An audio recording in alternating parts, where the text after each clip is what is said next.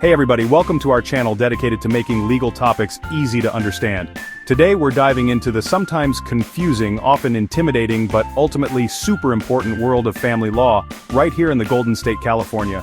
We're going to break down the top 10 things you absolutely need to know about family law in California. This isn't legal advice, but consider it your crash course, your cheat sheet, your field guide to navigating this complex legal landscape. So grab a notebook, get comfy, and let's get started. And if you find this video helpful, don't forget to like and follow for more legal insights.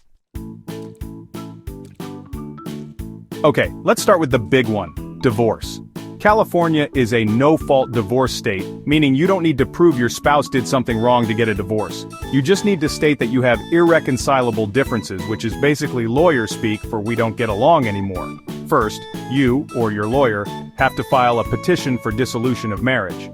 During the 6-month waiting period, you and your soon-to-be ex will need to figure out a bunch of stuff like dividing your assets and figuring out custody and visitation if you have kids.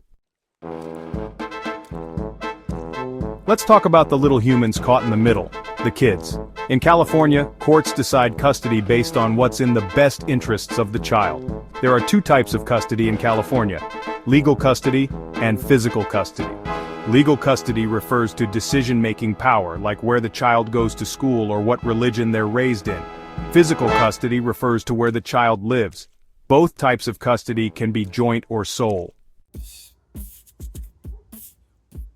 Now let's talk about money, specifically child support.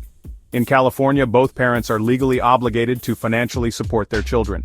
The amount of child support one parent pays is determined by a formula that considers both parents' incomes, the amount of time the child spends with each parent, and the cost of childcare and health insurance. Here's another potentially tricky subject: spousal support, sometimes called alimony.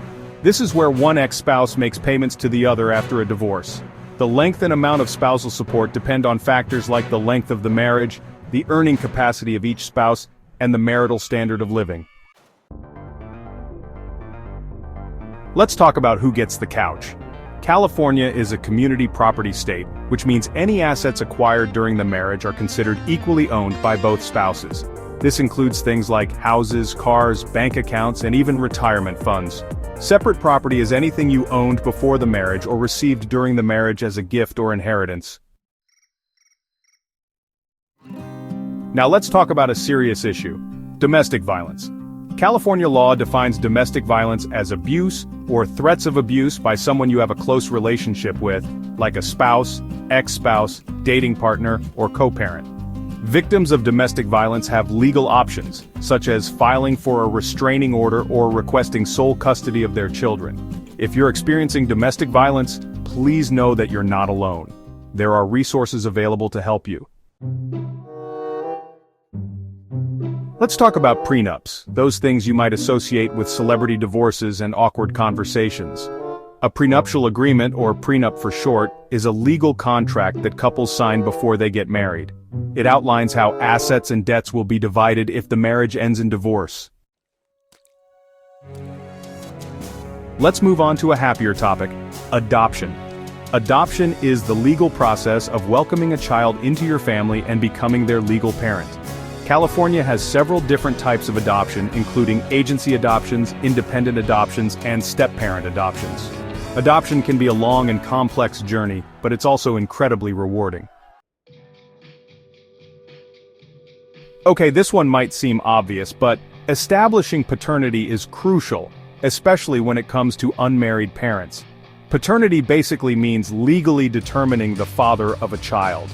In California, if the parents are married when the child is born, the husband is legally presumed to be the father. Establishing paternity gives the father legal rights and responsibilities, such as custody, visitation, and child support.